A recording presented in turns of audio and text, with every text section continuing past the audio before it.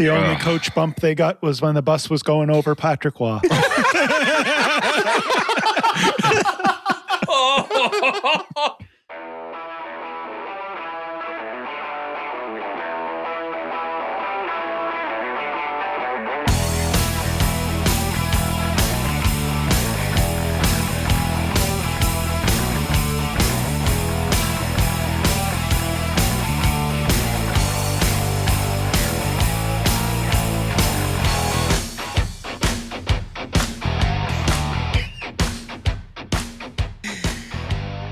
Well, reporting live from Washington to cover the political situation in Washington, we have Matt. Sorry, to recover the hockey situation that unfolded today. There you go. In Washington. Yes. We have our on-site correspondent, Matt Taylor. Yep. Thank you. As you can see, I'm in Virginia, very, very close to the DC border. I wanted to go catch Ovi's potential last home game here in Washington, last home game of his career. Tickets are too expensive, guys. You guys don't pay me enough, so I decided I couldn't do it. So he flew I guess down. There was a hockey game. Got a hotel. Yep. And stayed in the hotel. And now he's going to go back home. Yep. Exactly. So. Back to you, Jeremy, I guess. League. I don't know. Thank you, Matt, for that report. No, it's interesting. I am not home, as you can see. I am actually in Virginia, recording this live from the hotel room. The 32 Thoughts has like the car cast. This will be the hotel cast. I did actually price out Washington Capitals tickets because I knew that they were home today, and I kind of had an off day. I didn't put together that it was potentially Ovi's last game. That's been the rumor for the whole season. And so I priced them out a couple weeks ago thinking they're out of the playoffs. It's like the Pens in town, like, I don't know, like $10 tickets or something. Like they can't be that expensive. It's hockey in Washington. And I probably just ticked off a whole fan base. The cheapest tickets I could find, $250 US for nosebleed corner tickets. I couldn't believe it. I checked lower bowl tickets and they were $1,600. And I was like, I'm missing something. Like, why are these like more than Leafs tickets? Like, why are these more than Leafs playoffs tickets? And I finally realized it potentially is Ovi's last game. And it's against Sid and the Pens, a rivalry that's gone back 21 years. Mm-hmm. That made more sense. It was interesting that after the game today, the Pens lined up to shake his hands, and he waved them off. He didn't want to shake their hands. So maybe it's not Ovi's last game. I don't know. But well, some people spent a lot of money on tickets today. Yeah, yeah. I mean, he's said, I guess officially, that he's undecided. Right? He's going to take the summer and think about it. But I was thinking it was his last one, and then watching that whole post-game thing where he waves them away, and then the interview afterwards where you would expect him to get emotional and things, and he's just like, yeah, cool. Yeah. Yeah. And, it wasn't at him when, was it Crosby had the milestone or whatever, that he called everybody back out. Caps were starting at the dressing room and he called them back out. So I think that kind of stuff means things to him. Yes. So for him to just tell them, don't bother, go away. Yeah. Maybe I think maybe he's leaning in that direction. Yeah. Yeah. I mean, the other weird thing too is like, it almost looked like there was a chance that they could play each other. Like you know what I mean? In the first round of the playoffs. For a minute there, yeah. But can you imagine? That would have been a fun way to go out. But that would have been a great way to go out. Oh yeah. Like Tyson, me and you were talking about it, and like I think he's been on the record as saying he also wants to play in the KHL. But like it's not like I mean I think he's gonna do his, if he thinks he doesn't have it here, he'll retire from the NHL, and then he can probably play in the KHL until he's like 45 if he wants to, and do the whole Yager thing and stand there and blast one-timers. But yeah, it was interesting to see. I mean, like it just feels like the Sid versus Ovi has been around for so long. It's been a long time, right? Mhm. Like you're talking like mid 2000s that kind of was built. Well, as the rivalry. 04-05 lockout, right? Like Yes, Crosby was drafted exactly. after that lockout. Yep. Yeah. It's been around a long time. And we don't really have like a comparable to that, you know? Like we kind of have, like there's a lot of elite star players that have been faces of the franchise, but not really that kind of like, you know, I don't know, the hatred too, right? They were in the same division. They had a lot of angry games against each other. There's a lot of hate between them. And we don't really have that between the biggest stars in the league today. It just feels like it's not the same. So I don't know. That was just my thought on it. Do you guys have any thoughts on the history of it? No, I agree with you. It was a lot of angry games along the way, and after 21 years of it, it's like this uber respect for each other that exists now. Like it's not, you know what I mean? Mm-hmm. I think today was also like the 100th time they faced each other. Which was it? To land on that number is also pretty wild, right? So like it's quite the thing. I don't know that we'll ever see something like that again. The two. Well, it's just different too, right? Because like you talk about like McDavid, Matthews, there could be like a Canadian rivalry against those two. There could have been, but like they train together sometimes in the summers. Yeah. Oh yeah. You know what I mean? Like, I know it's a little different. Like, Ovechkin's, like, Ovi's Russian, right? He goes home to Russia in the summer. You don't ever see him around other than, you know, like, he's not, it's not like you hear about who he's linking up with around here. So it's a little bit different, but, like, you just never would have heard anything like that. It was just, as far as you knew, they just hated each other in a sporting hate kind of way. So, I don't know. Just feels like we don't have that with the elite level players. At least anymore. I think calling out that they were in the same division is a good point. Like we don't have too many superstars that share a division, even in today's game. Like they're usually kind of spread out a little bit. You brought up Matthews and McDavid. They train together. They don't play in the same conference. They see each other twice a year. The only time they would meet is in the final, which, yeah, the Oilers have done it. The Leafs have not. But I still remember back to like the dueling hat tricks between like Crosby and Ovechkin in that series, like that one game. It was just like awesome, right? Like just insane, just toe to toe. They see each other 8 games a year plus the playoffs every year. Like it's just, that's how you build a best on best rivalry between two generational talents. It's unreal. Yeah. And thanks to Gary Bettman's playoff format for giving us that matchup so often.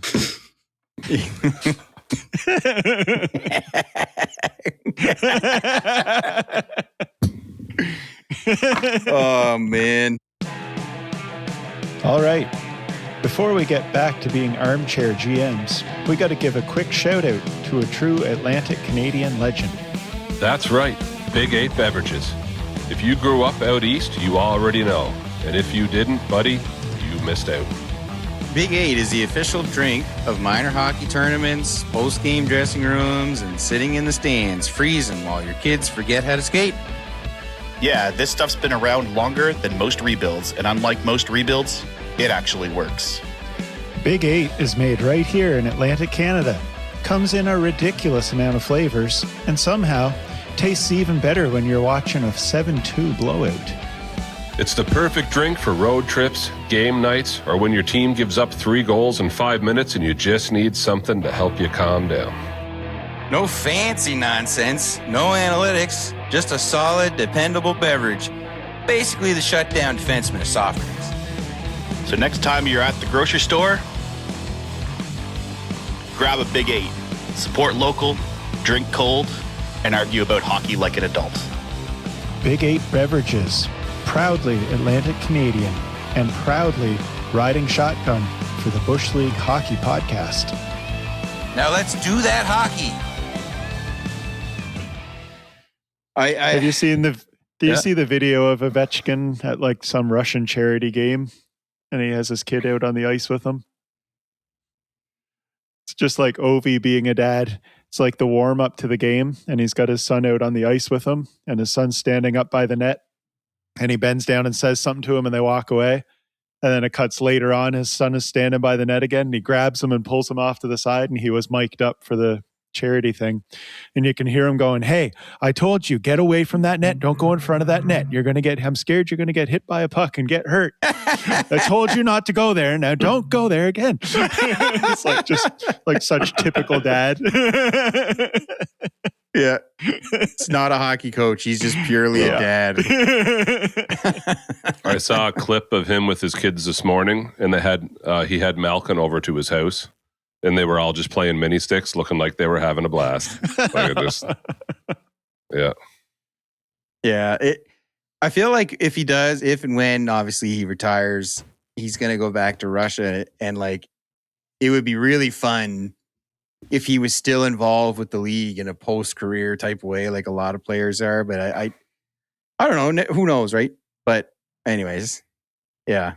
The game itself was kind of one-sided. Pittsburgh lost 3-0.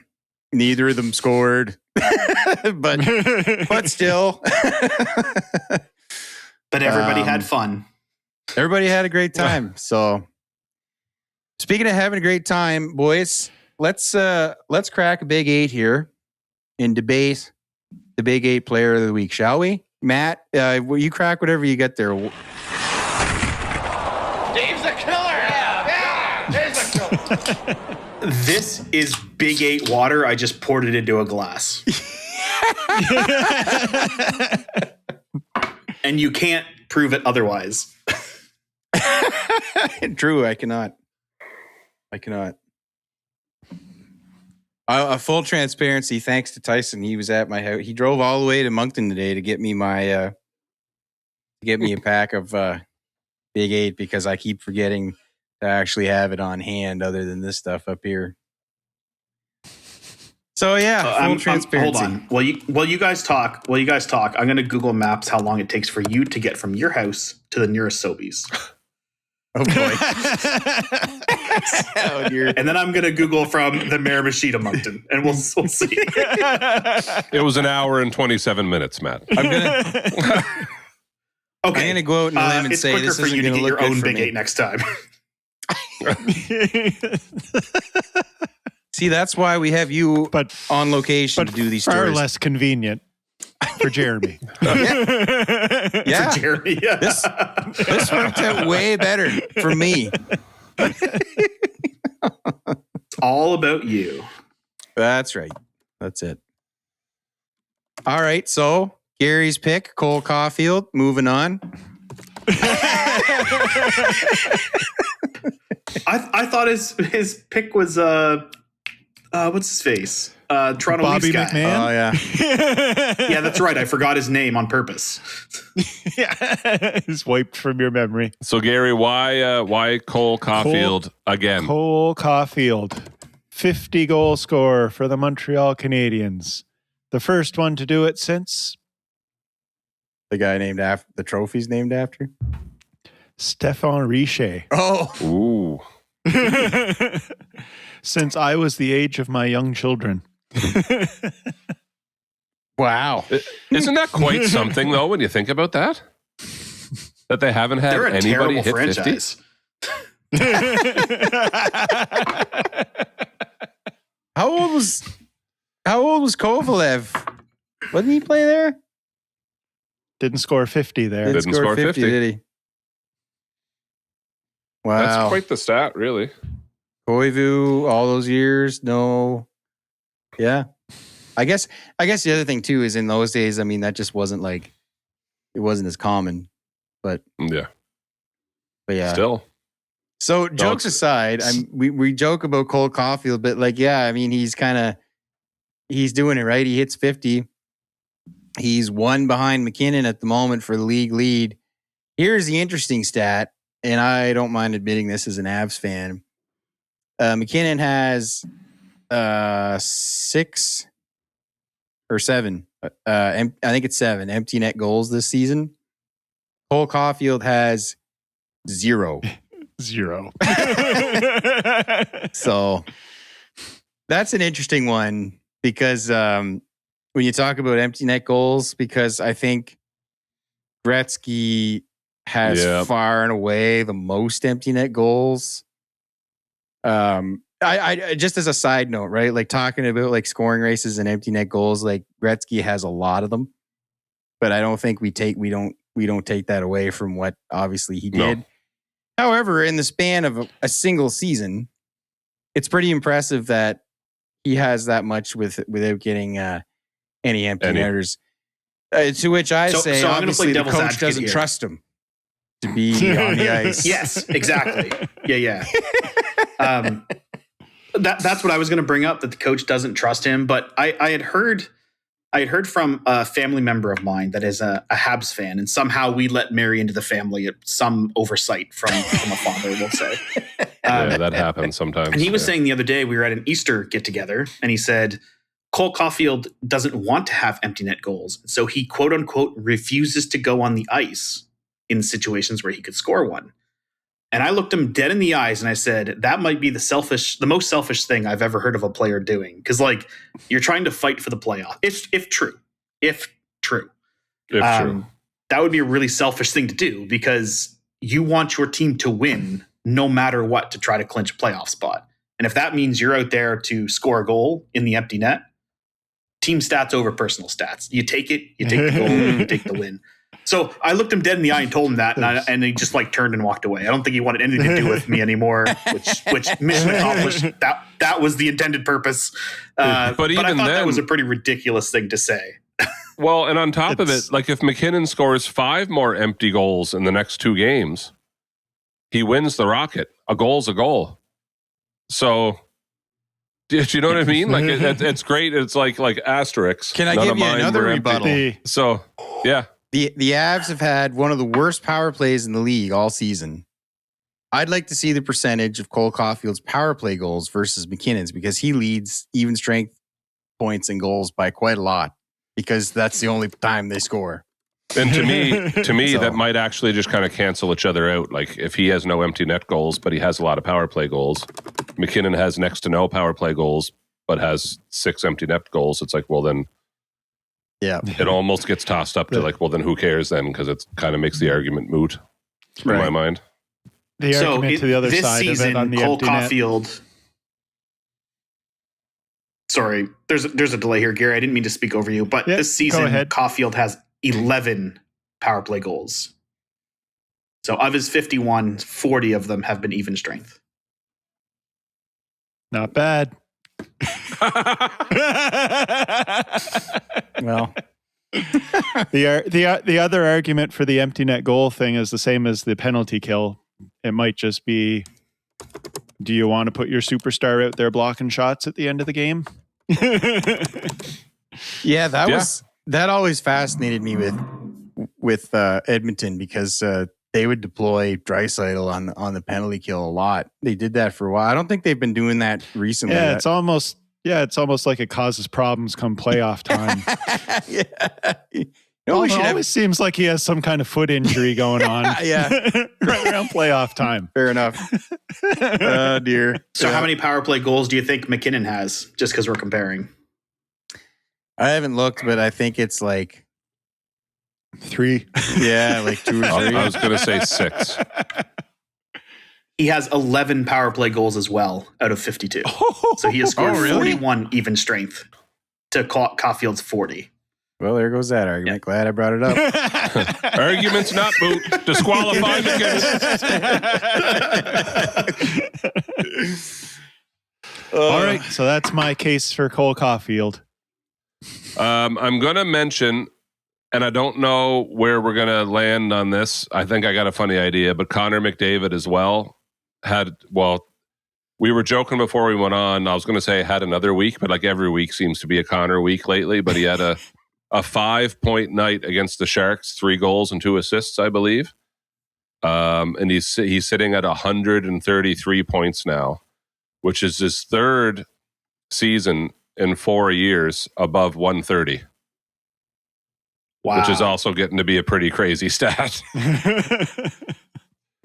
Yeah. So do you guys remember, was it last year, the year before, everybody was hard on him. Like, where did he disappear to? And I remember when everyone was arguing, like, he's just not the same. It's like, guys, he's got like 90. Everybody calm down.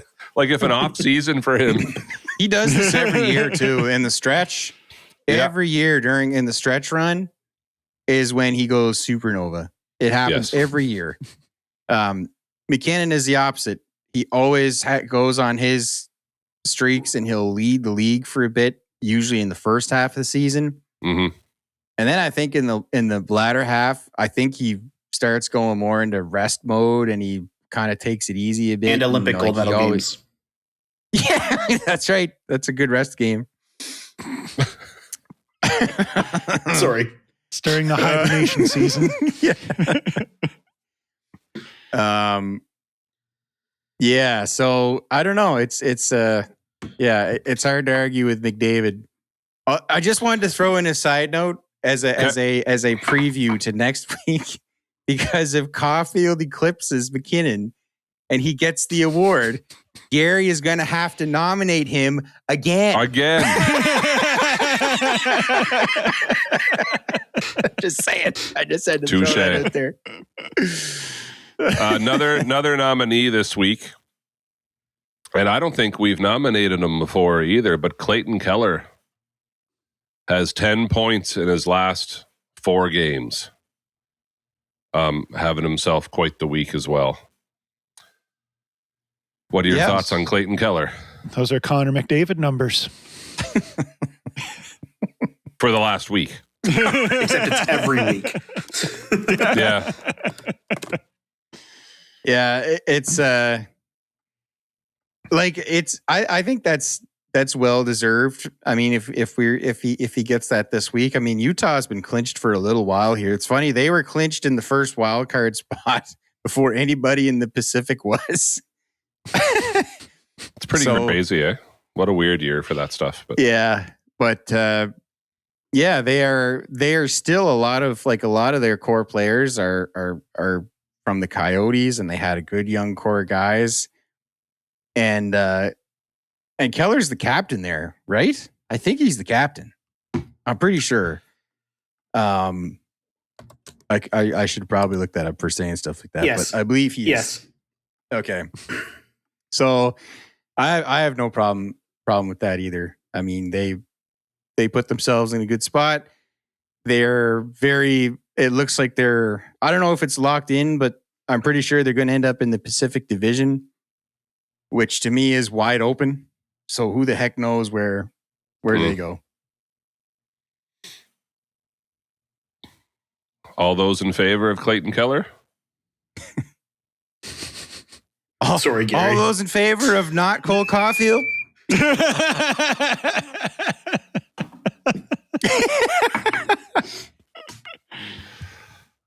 All right. Congratulations, Clayton. All right. Here's to Clayton Keller. Here's to Clayton Keller. Big 8, player of the week. Boom. Boom.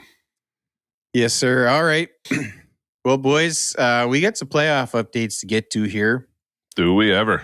There's been a lot of clinching going on in the last week. And some not. So. That's true. Yikes. True. Detroit. Ouch. Yeah. That's. How about those Senators? Yeah. I mean. They did it. 2 seasons in a row. Yep. And it's the first time, tell me if I'm telling lies, but I think it's the first time they've gone back-to-back seasons since 2013. It sounds about right. I think that's what I read earlier. I don't want to be wrong on that. Carlson, those were the Carlson years, right?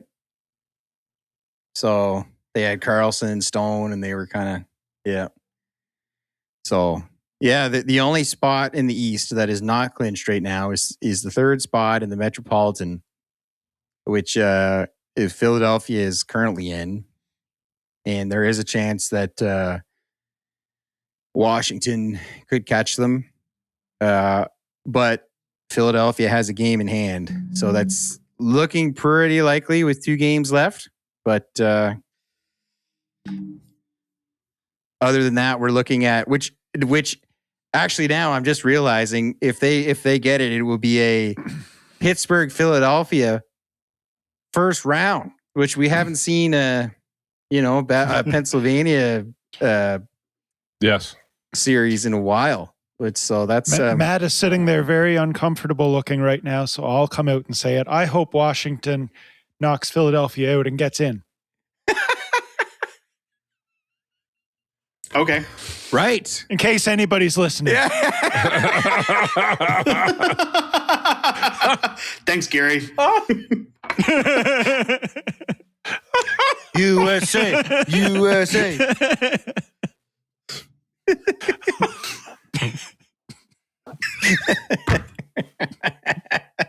I'm never leaving this country, am I?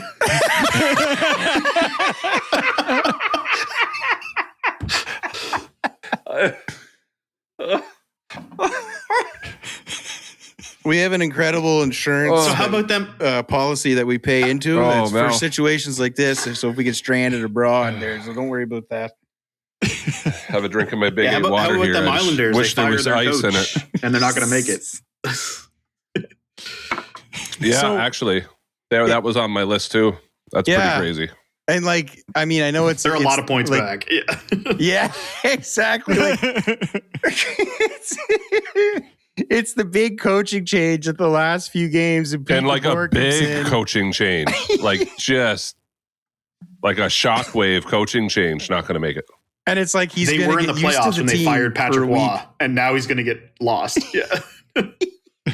The only coach bump they got was when the bus was going over Patrick Waugh.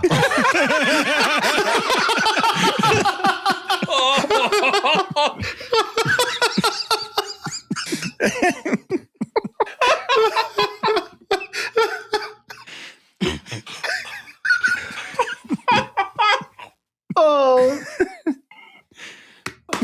I just like bravo, sir. if I imagine that, it's like the team bus runs them over. And then as they're celebrating, it just flies off the edge of a cliff because they missed the playoff. And then Patrick Waugh sits up and says, "That was my 2 rings." They kept him safe. He holds the rings up. By the power of my rings. I don't even know what we're doing anymore. What is this? This is the playoff update, if you can believe it.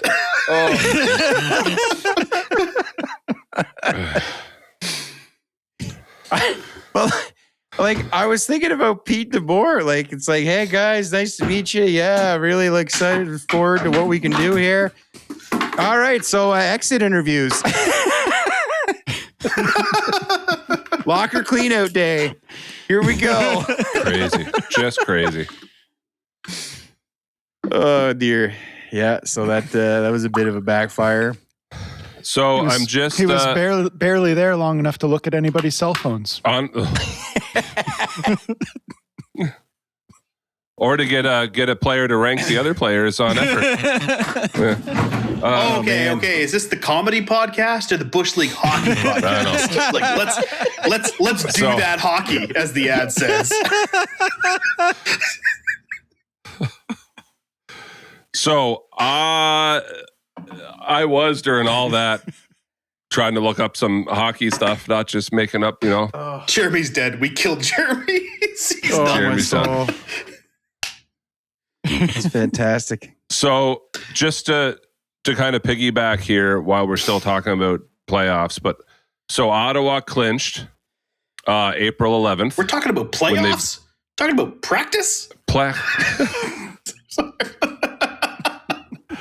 All right, I'm done. I shut up. Go for it, Tyson. Be serious. Well, you have to do it now. Well, now you got to do the whole Iverson Yeah. thing now. Yeah. You can't stop. We didn't talk about the game. You're here asking me about practice? We had a game to play, and you're asking me about practice? We talking about practice, man.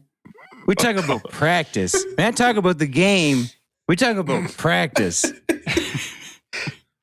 Sorry. Tyson, go ahead, please, for goodness sakes.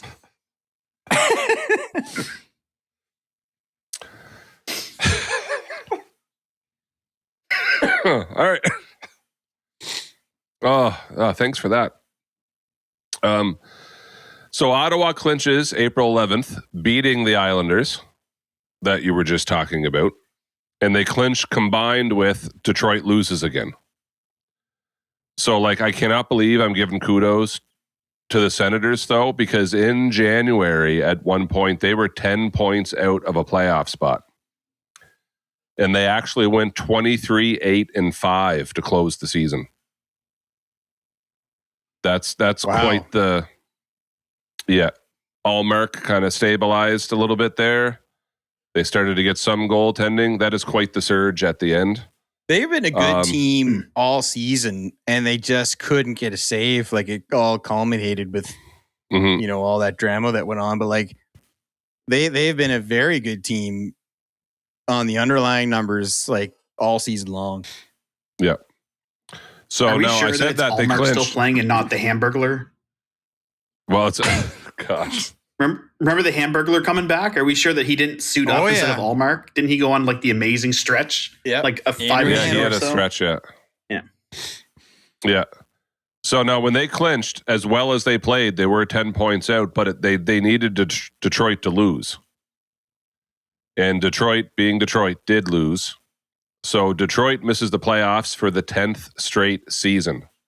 They are mathematically out the same day when they lost to New Jersey. Now, Jeremy, is New Jersey in the playoffs? I don't know why you made me guess. Like, you made me double check. I'm like, oh, what did they get in? Like, they were I just even thought close. you knew. I thought you knew. Well, they're Right on. not even close. But I thought you were like, No. anyways. And Detroit loses a game that they needed to still have a shot at the playoffs against a team that's not even mathematically close to making it. Yeah, They need to win that game. And when they do that, Ottawa gets their spot. Combined with Ottawa's win and Detroit losing, Ottawa is clinched. They're in. So I don't know. Do you, like, if you're Detroit, I don't want to deep dive into Detroit, but like, do you rebuild again? Like, I don't know it's been 10 years straight of not making it. Like, we think, it's funny, this flies under the radar a bit. Like, we think Toronto has problems with, like, they just can't build a playoff team. Well, they made it 9 years straight, and they went to the second round twice, I guess. But you want to talk about not having a successful decade?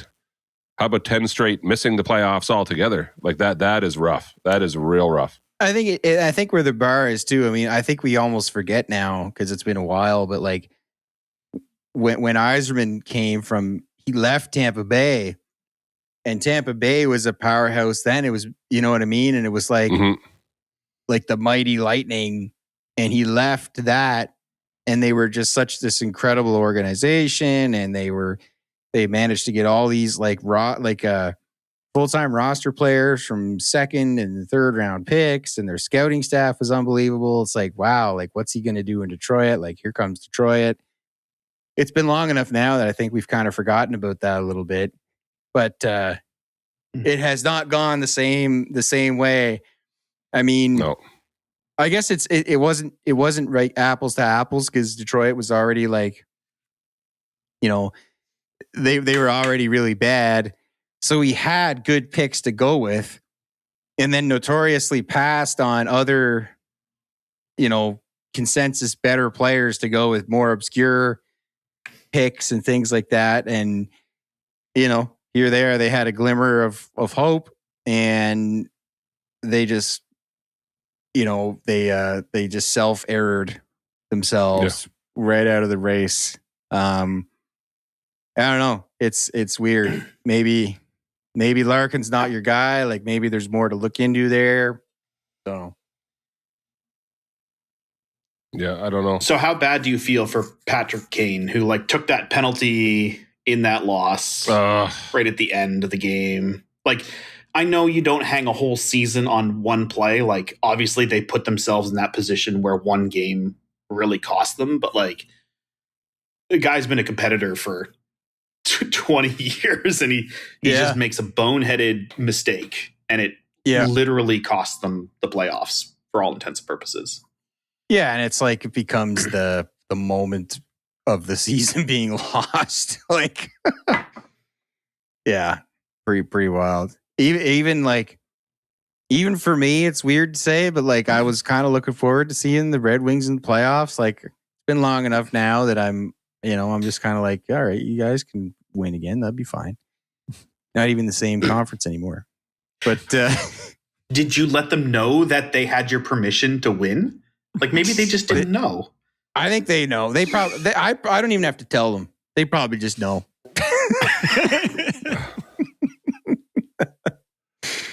Wow. Yeah, my beef's with Dallas now, so it's fine. Did you hear that? Somewhere out there, Chris Draper just scratched your name off his hit list. So that's good.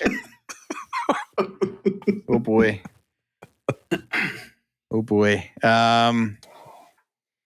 Yeah. So I think in the Atlantic, it's been kind of the same teams sort of jumping around a little bit. We got Sabres, Lightning, Canadiens.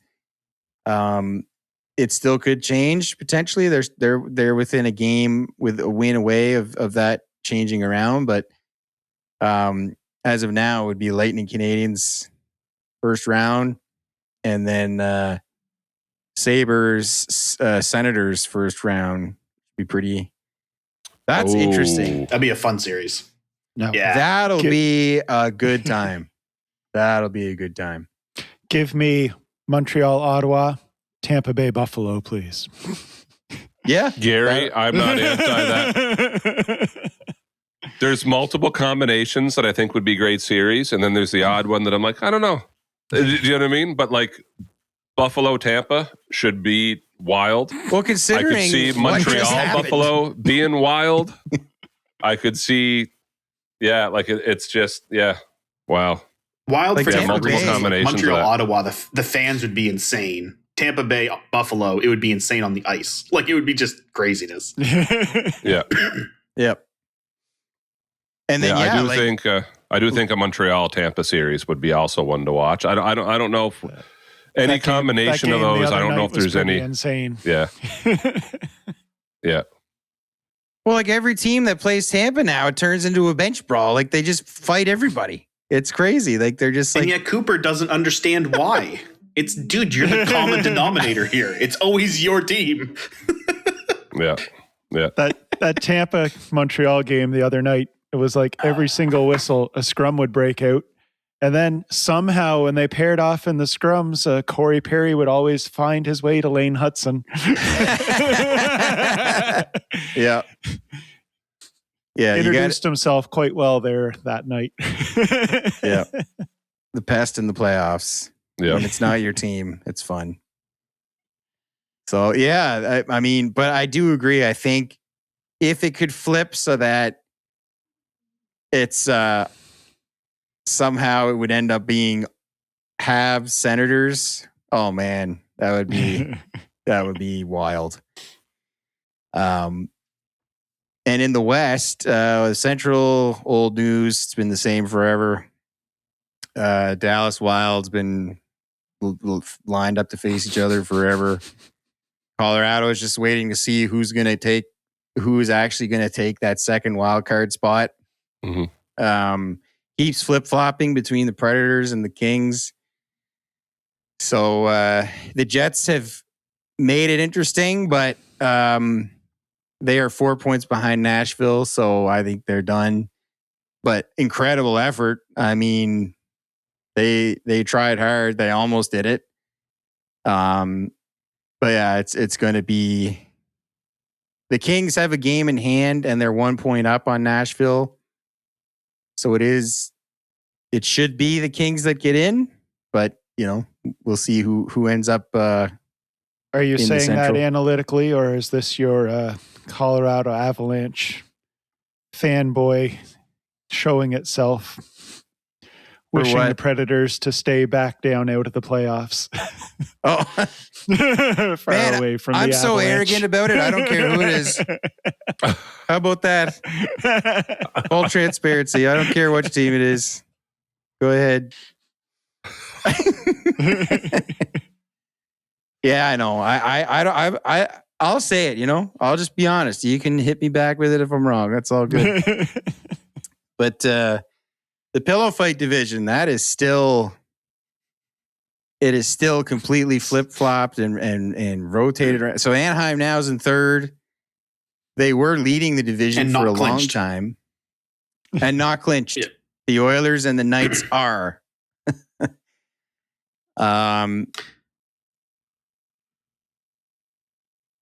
Yeah.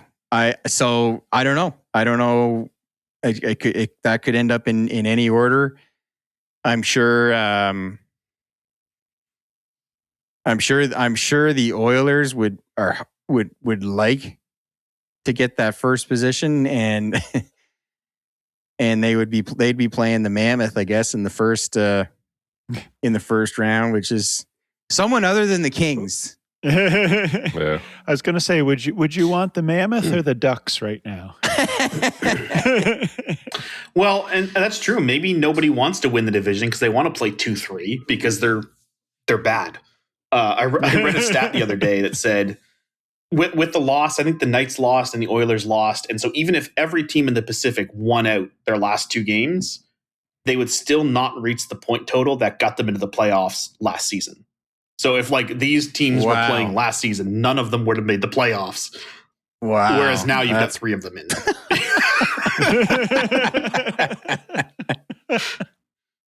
That's amazing. It is literally the softest division in hockey.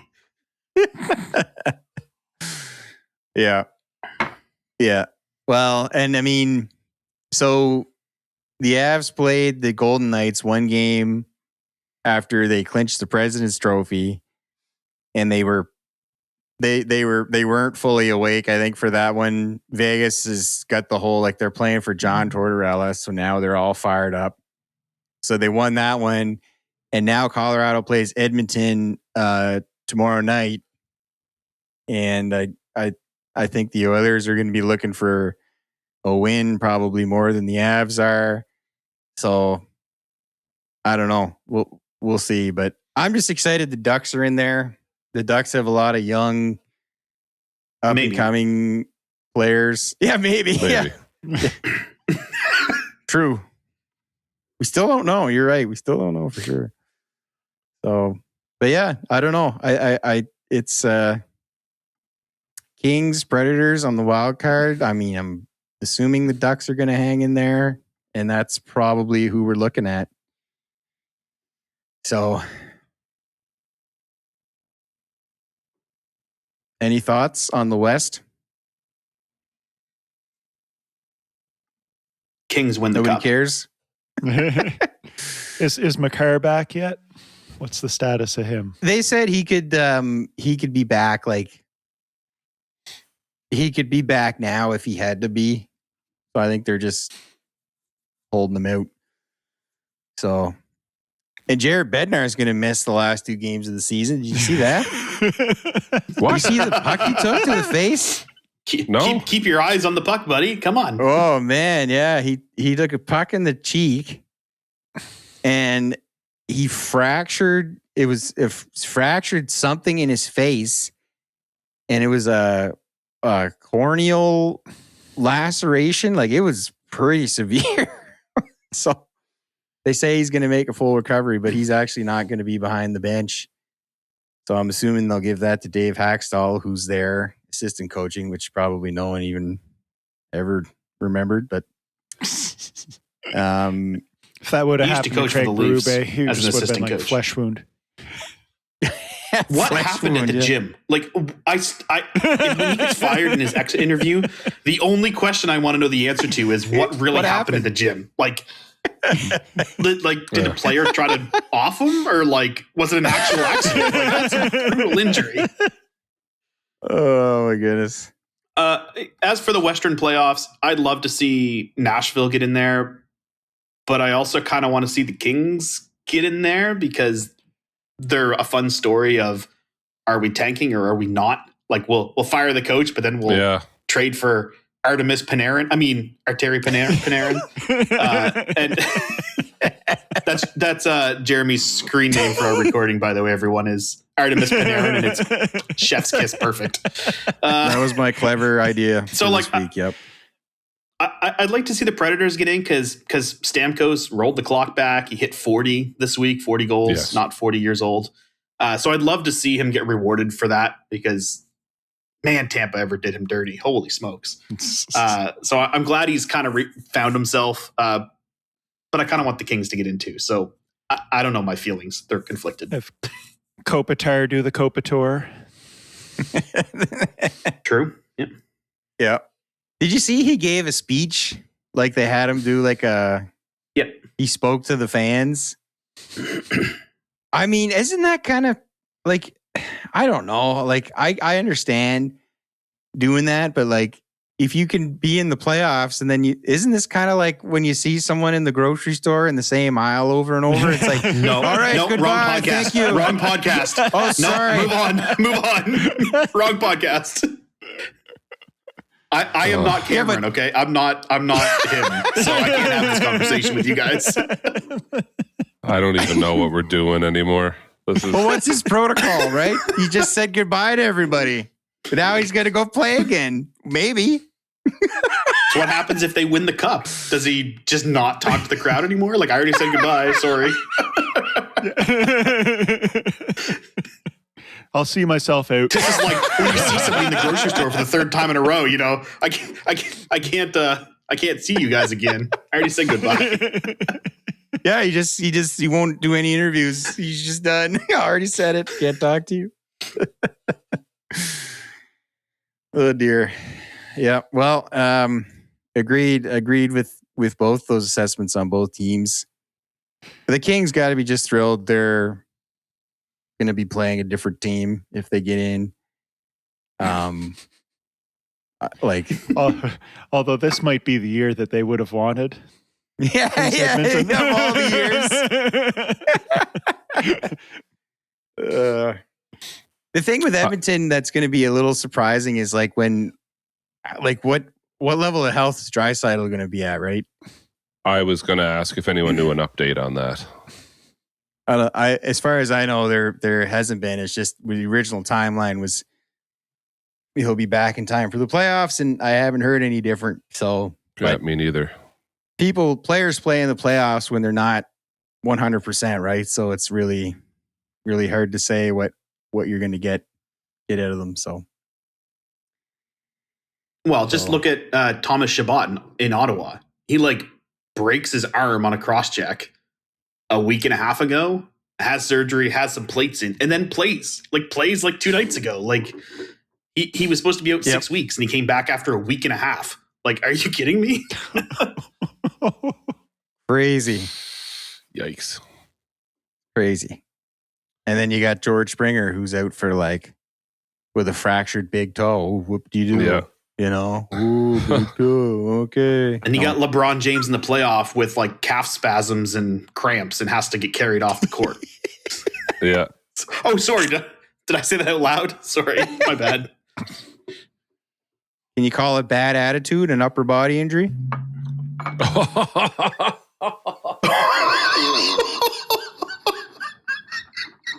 It's brain related. Oh, gosh. Oh, dear. Yeah. I don't want to get sidetracked on the Blue Jays' bad luck with broken thumbs and toes, but I wanted to kind of end maybe with, I'm watching the time, and I know this might start some conversation, but I want your thoughts later. I want your thoughts on the Jack Adams for this year. Oh boy. Patrick Waugh.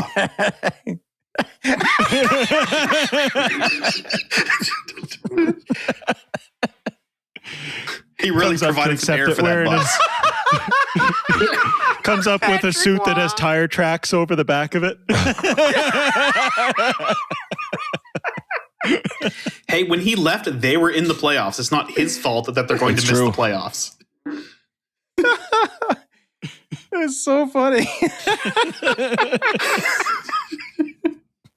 Yeah. Tyson's trying to be serious, guys. Okay, come on. Stop it. Yeah, right. That's right. This is a serious show. I think it should be Pete DeBoer. Their record since he's joined is 0-1. So I Patrick kind of Waugh hate on the this Jack page. Adams because, okay, being serious now, because Tyson wants us to be serious. Yeah. So serious face, everybody. The Jack Adams I find really interesting because they seem to give it to the most improved team as opposed to the best coached team. And I've always thought for a while, like, how has Jon Cooper never won it? Or how did back in the day when like Sheldon Keefe was doing, like, because it's a regular season award, it's not a playoff award. So I'm not going to be too biased, but like when you coach like a Leafs team to back best seasons in franchise history, does that not mean you're a good coach, even though you have good players? Or like back to Jon Cooper, like the dynasty that they had, does that not mean he's a good coach? Like, why is it always, oh, we brought a coach in and the team turned around and now that means he is coach of the year? Like, I get it. That can be true.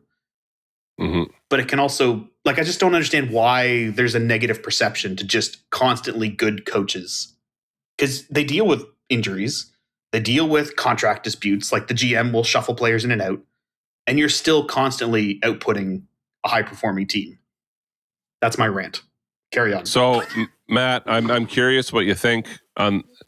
So I've heard this a couple times now, and I heard it again this week, I think, on 32 Thoughts, but don't quote me on that. As to like why they almost wish that there was 2 Coach of the Year awards for 2 different reasons. Like they're up to 32 teams now. That's a lot, right? And coaches can have very, very, very different seasons from each other. So Muse with Pittsburgh at the beginning of the year, who had Pittsburgh making the playoffs? Right? Nobody. Nobody. So like, could you argue that like NHL rookie coach, they made big changes. They still have aging players. They got it done. They made it. Nobody had them making it. Everybody thought they could be entering a rebuild here. There was talk of trading Sid. Right now they're in the playoffs. But does that get an honorable mention over Jon Cooper, who they've had an outstanding year again and have fought through some injuries, and their players are also aging, but they've made it before, and they've made it before, and they've made it before. So it's just like, it's almost like, I don't even know what the categories would be. But it's to me, it's almost like I have a hard time comparing the two, but I could see why both could arguably get it. And then you could have another whole conversation about should Lindy Ruff be in the mix. Lindy Ruff is who came to mind for me. Because, like, what, 11 straight years they missed, and he brought this team back. And 14, not only back, but I think, to the top. Yeah. Yes. Yeah, 14. Okay. Yeah. I think a lot of this kind of came about too this way, thinking of Jack Adams when Vegas' first season. And it was like everyone talked all year how it's Gerard Gallant, no question. Like just everyone said it, like from the start of the year, they go to the Stanley Cup final. It was just like, yeah, who you can't even make an argument. You know, it's just like he cleaned up. Bunch of guys who never played together. Yeah, exactly. And coached them into a team that almost won the whole thing in their first season. It was incredible. And I just feel like ever since then, to your point, Tyson, it's like the Jack Adams a lot of times goes to the most improved over like who exceeded expectations the most, you know? And I feel like it's been more like that. Because I'm curious, I haven't looked at it, but like how many Jack Adams does Scotty Bowman have? You know what I mean? He's like regarded as the best coach of all time. One year after year after year. Twice. 2 times. He won in 77 and 96 with the Canadiens and the Red Wings. Which is hilarious because he has 96 9 Stanley Cup wins. Yeah. That's the beginning of Detroit's like dominance for all those years. Was 96, and that's the only year he won. And you talk about all those incredible Red Wings teams. Gets recognized at the beginning of it instead of at the end of it because that's the year that he turned them around.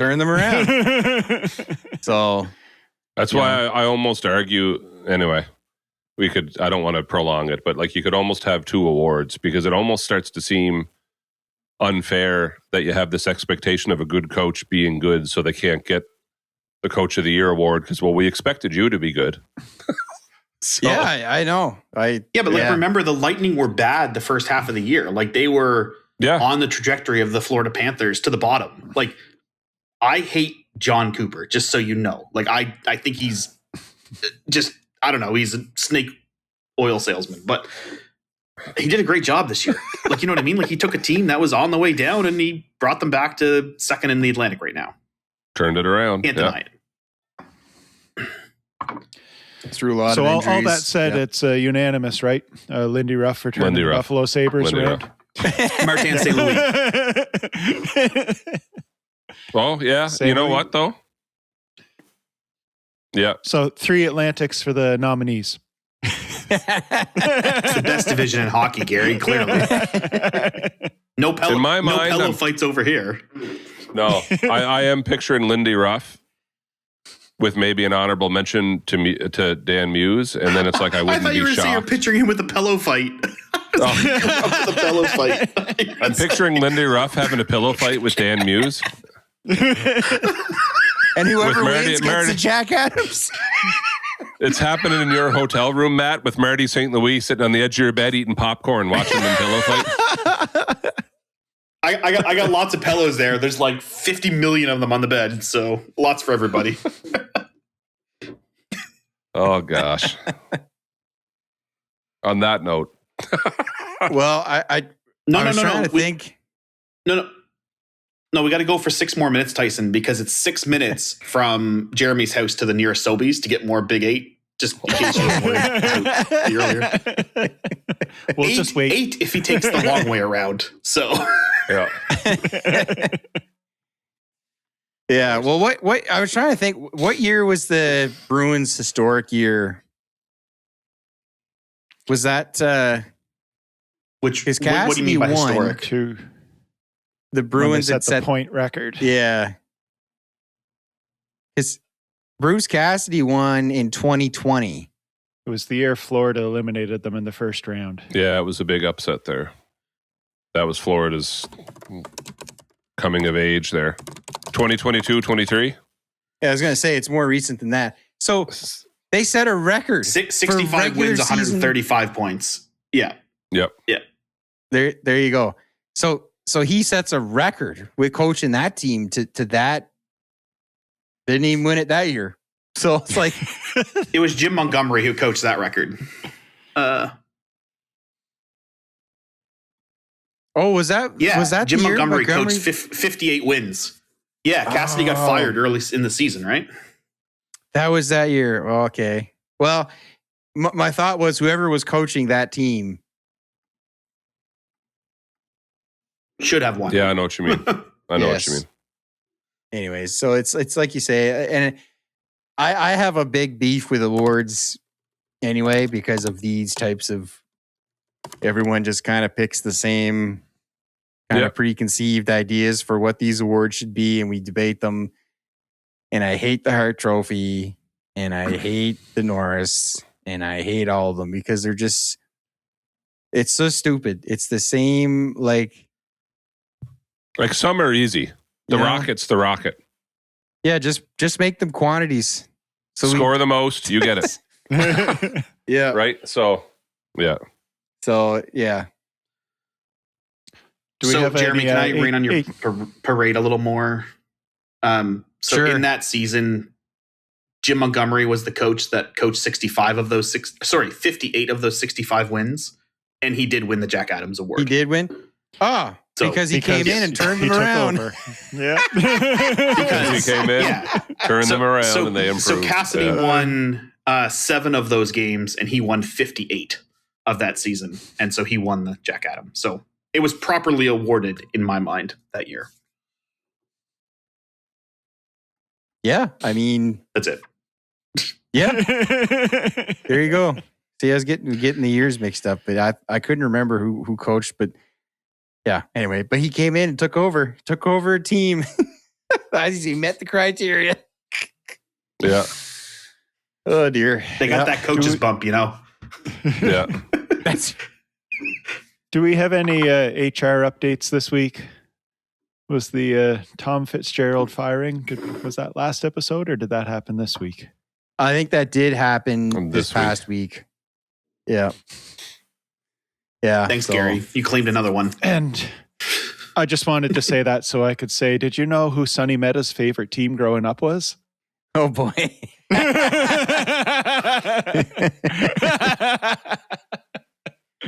The New Jersey Devils.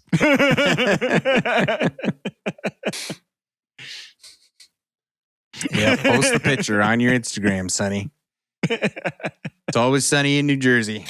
And then Ron Francis as well. Yeah. Oh, that's right. Yep.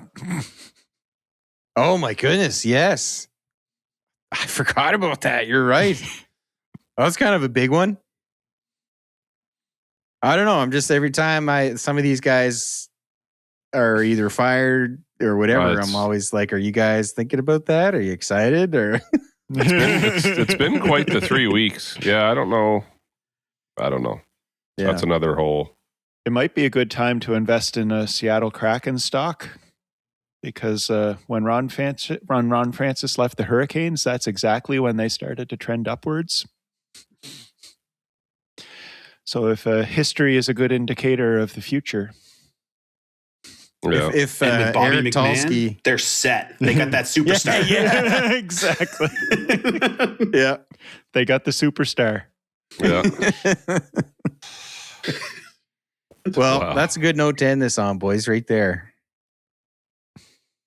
Bobby McMahon, superstar. Yep. I enjoyed this one, guys. I can't wait next week how we're going to talk about Cole Caufield and Bobby McMahon. Can't wait.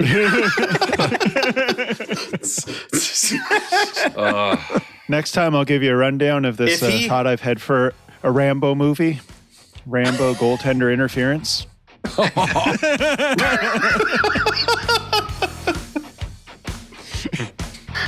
That's what I like to do when I'm bored, is come up with Rambo plot lines. Once again, could be on the other podcast. Yep. Away we go. All right. Have a good one, everybody. Keep your stick on the ice. Thanks, Big 8. Send help.